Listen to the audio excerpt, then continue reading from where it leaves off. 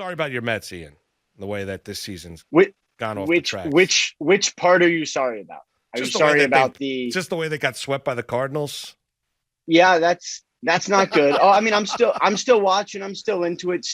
But um, some articles came out this morning too. I saw that. Not great. Now, on the other hand, the documentary is really, really good. I'm on part 2. No spoilers, but that's been kind of fun to relive that. But I would not say it's been a great couple of weeks for the Mets. No. No, it's not. It's not been a great last couple months with everything that's coming to play. But NFL is back, Ian, and a lot of interesting storylines after Week 1 of the National Football League. Let's start. Let's start here with the Giants and Barkley, right? Or from what you've heard, Giants, what they took of Barkley, his Week 1, the way he looked on the field against Denver, questionable tonight against Washington. Yeah, I mean, it sounds like, barring something crazy, he's probably going to play tonight. And, I would say the number one thing, the most important thing that came out of Week 1 is that Saquon Barkley came out of Week 1, right? Like, he wasn't injured. He didn't have any bad side effects for his knee. I don't think he was in a lot of pain. Like, health-wise, he came out fine. Had 10 carries, I think. Productivity was okay, not great. But, I think the main thing is he came out all right. And this was, you'd like him, I guess, to gain more yards. That would be the goal. But the number one thing was get live reps, come out unscathed, move forward. I would expect, probably somewhat similar tonight, maybe a couple more carries, but probably somewhat similar. The main thing for these 2 weeks is Saquon didn't have preseason. And, we can all sort of, joke about how whatever the preseason is, how not meaningful it is. If you're a running back, getting reps in some sort of live setting is helpful. So he barely did that. So I think that this is basically what the first 2 games are for the Giants. And then you get to Week 3, long rest this week, and then it'll be kind of hopefully back to normal. All right, over to the Jets. Where are we with Becton? Saw the initial report. Also saw Saleh yesterday saying Mackay is going to seek a second opinion on that knee injury down in Carolina that he suffered. Where are we with Becton, the big second-year left tackle for the Jets? Yeah, I think the main thing he needs to figure out, he's on IR. That officially happened yesterday afternoon. So as of right now, the plan is to have surgery to remove the loose bodies from his knee. I think loose pieces of cartilage. So, probably 4 to 5 weeks, should be back soon. What you look for in the second opinion is the kneecap essentially subluxed. It dislocated. So it moved to a different part of his knee, which is pretty horrific. And if it was my knee, it would be extremely stressful. But it doesn't always cause a ton of damage. I remember we dealt with this with Patrick Mahomes a couple of years back, where it looked like his knee was it looked like he was done for the season, but then his knee was put back into place. He missed 3 weeks and he was fine. So they just want to make sure there's no additional damage when the kneecap dislocated. I think he should be okay, but that's what they're looking for. All right, and let's run around the league a little bit. Urban Meyer, it's amazing. I understand, USC fires Clay Helton. You can make the argument they probably should have fired him a couple years ago, but they did not. Yeah. They fire him, after their loss to Stanford, and now begin the rumors, right, about potentially Urban Meyer, USC, all of this. He says, I have no interest. I'm here in Jacksonville to build a program and build up this organization long term.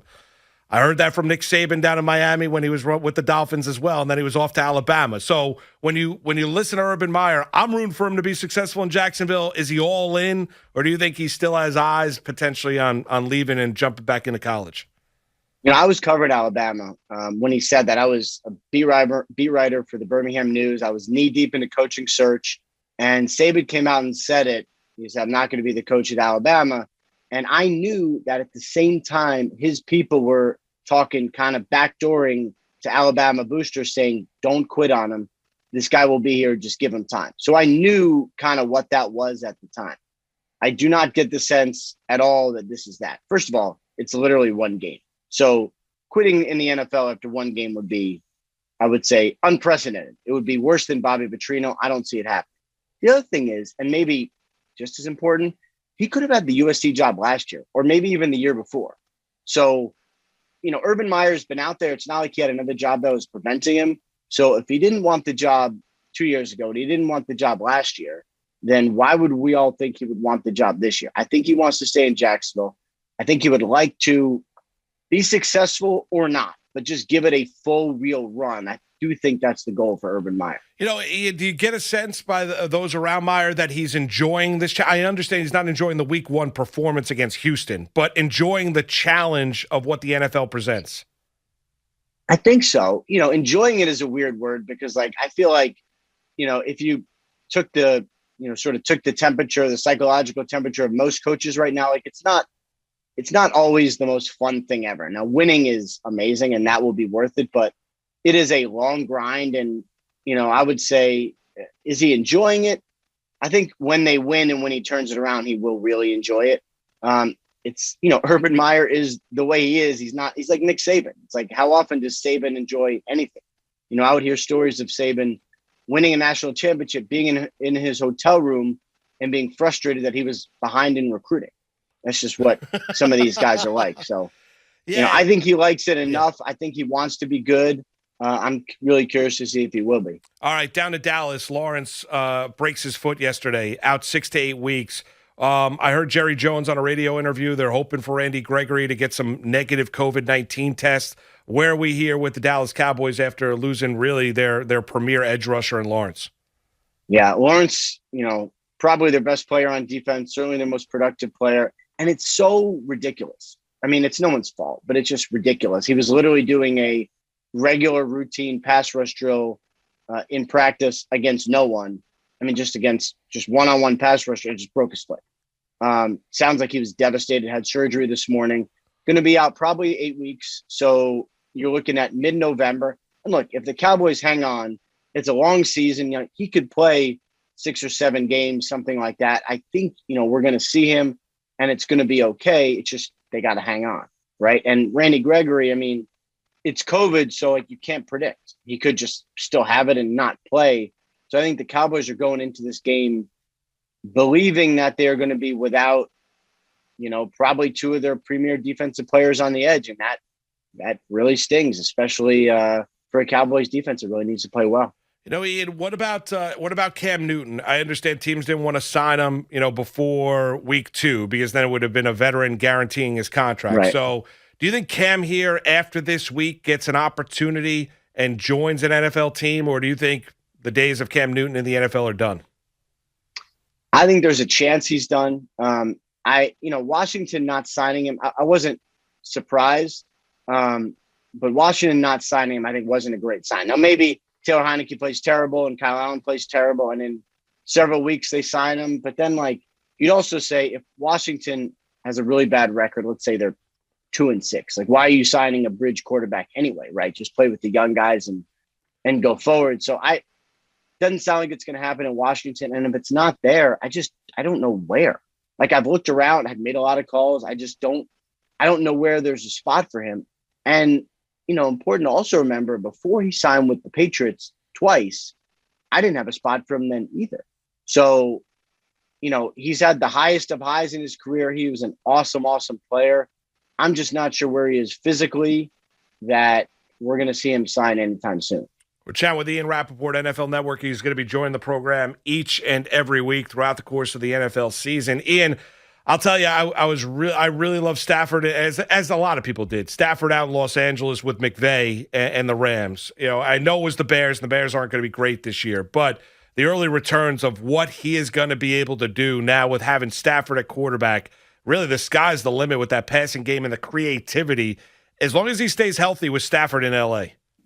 I'm not so sure the Bears. I mean, the Bears' offense is. We'll see what it ends up being when Justin Fields plays a lot eventually. But I think that defense should be pretty good. So I thought that was kind of real. I'm with you, and I'm not just saying this because Matthew Stafford is my starting quarterback in my fantasy team. I'm just saying plays a little role. Although he is. What's the name of your fantasy team, by the way, Ian? Do you go with your own? Do you get creative or no? My name. I'm in 2 leagues. One, I have just a stupid name where. Just basically like my team or whatever. And the other one is the Rap Orgies, which is a line from a Fuji song. Yes. It's not a weird thing. It's just a line from a Fuji song. Yeah. But anyway, I'm not clever. So that's basically what I came up with. You know, I remember I was talking to Rams people in training camp. Yeah. And I think nobody wants to criticize Jared Goff. And Jared Goff throws a beautiful football. Like he looks great throwing the football. But it felt like in a weird way, he held the offense back. And then Stafford lets it like expand. Like, I think you're going to see it more and bigger and more creative and just, you know, being allowed to do more things as an offense because of Stafford's mind, what he's seen, and how much he pushes them as far as like, why can't we do this? Why can't we do this? Like, so I think the early returns are good. And my sense is it's actually going to get better in LA. What it was one of the more alarming performances week one, Ian, was the Packers and Aaron Rodgers, right? And their performance Yeah. against the Saints down there in Jacksonville. It's one thing to lose. It's another thing to get completely and utterly shredded, which they did, and how bad the offense looked as well. I know it's only 1 week. It's a long season. I'm not giving up on the Packers. I still think they're going to be a really good football team. How alarming around the NFL were for people reacting to what they saw from Green Bay week one? Yeah, I mean, it definitely wasn't great. I don't think anyone is freaking out because it's the Packers and they still have all the things that make them good. But, it's weird. Like, I think and I'm absolutely guilty of this, so this is not me criticizing anyone. We all overlook the preseason and kind of like, in a weird way, end up making fun of it, right? Like, it's the preseason, whatever. Some people need the preseason, and sometimes offenses need the preseason. The fact that the Packers, barely played their starters in the preseason, or didn't at all, actually. The fact that Rodgers wasn't around in the spring, like, maybe that's meaningful. Like Tom Brady spent years gathering his receivers in Montana and working on routes and working on timing and all of those things. Rodgers didn't do that this spring. So I think they're going to be okay, but maybe it takes a couple more weeks for them to do what a lot of teams did during the preseason. Do you think before week one, Ian, did you think Jameis in New Orleans was going to work? I did. I think Jameis is going to be a really good quarterback. And to me, like, he just need, him having LASIK and actually being able to see, like, that helps a little bit. Yeah, it helps right? the quarterback a little bit, right? Yeah. I mean, I remember when I first got contacts, it was, I will never forget. I was at a Mets game and I was talking to my mom and my brother who were with me, and they were asking about a player on the field. And I'm like, I can't see the number. And they're like, you can't? And I'm like, you can? And it was very strange. I didn't realize people could see the numbers from the loge in Shea Stadium. I feel for Jameis, right? Like, he actually can see. So that helps. But, being in a system where all he has to do is just not make mistakes, and they harp on it over and over, keep the ball in play, don't make mistakes, get the ball in the hands of the playmakers. That is what he needed. And Sean Payton is incredible. And I think, we saw a really good performance from Jameis. I think he's going to get better. And I could see him kind of resurrecting his career in New Orleans, which is what they hoped for when they signed him. And last one for you. What's the latest with Watson, the Texans, and everything going on with the former star quarterback? It's really strange because the answer is nothing. Like, there's nothing. They won, which is just amazing. He didn't play. Tyrod played. He was inactive. They're kind of keeping him away, so media doesn't see him at practice. Barring something crazy, I think this is just going to be the way this is this season, where he's just inactive and gets his money, $10 million. As it turns out, it's, the contract averages about 40 a year, but year two, it's just 10. So they pay him $10 million and then trade him in the offseason when there's certainty as far as what they're actually trading for. So they know, like, all right, if we're going to send him to Eagles or whatever it is, it's going to be this pick number. I think that helps the Texans. It's all weird, but honestly, the situation's been weird throughout, so it's a little more weirdness. Yeah, no doubt. I lied. Last one, Giants tonight, and going into this year, right? You know this. I mean, you live in the area. You know about, the expectations, and year two of Judge, year three of Jones, Gettleman. Giant fans have, had their eye on Dave Gettleman, their eye are toward Gettleman for a while here. What are the realistic expectations as the organization, coming into it? I think Meyer talked about he wants to play relevant football games this year, right? They come out and lay an egg opening week against Denver. What do you think the organizational expectations were realistically coming into this year? I think that's what they should be. I mean, this should be a team that, I'm not going to say they should be a playoff team, but they should be competing for a playoff spot. That is, we should get to December and the Giants should be right in the mix. I think they showed signs last year, obviously didn't quite get there, but finished really strong. That's what they should be. And the thing I would say about the Giants, and I hope this isn't too optimistic, it is possible the Broncos defense is very, very good. Like, they got a great defensive coach. The personnel is awesome. They are good. So I know everybody overreacted to the Giants. And look, if they play terrible tonight, then this will be ridiculous. But it is possible that the Giants offense played bad, in part because the Broncos defense is really, really good. So I will hold out making a decision until I see a little more starting tonight. Well, Ian, appreciate the time here this morning. Enjoy the game tonight. Look forward to chatting with you throughout the course of the NFL season, all right? All right, same here, man. Enjoyed it as always. Take care. You got Let's Ian go, Mets. Rapoport, NFL Network.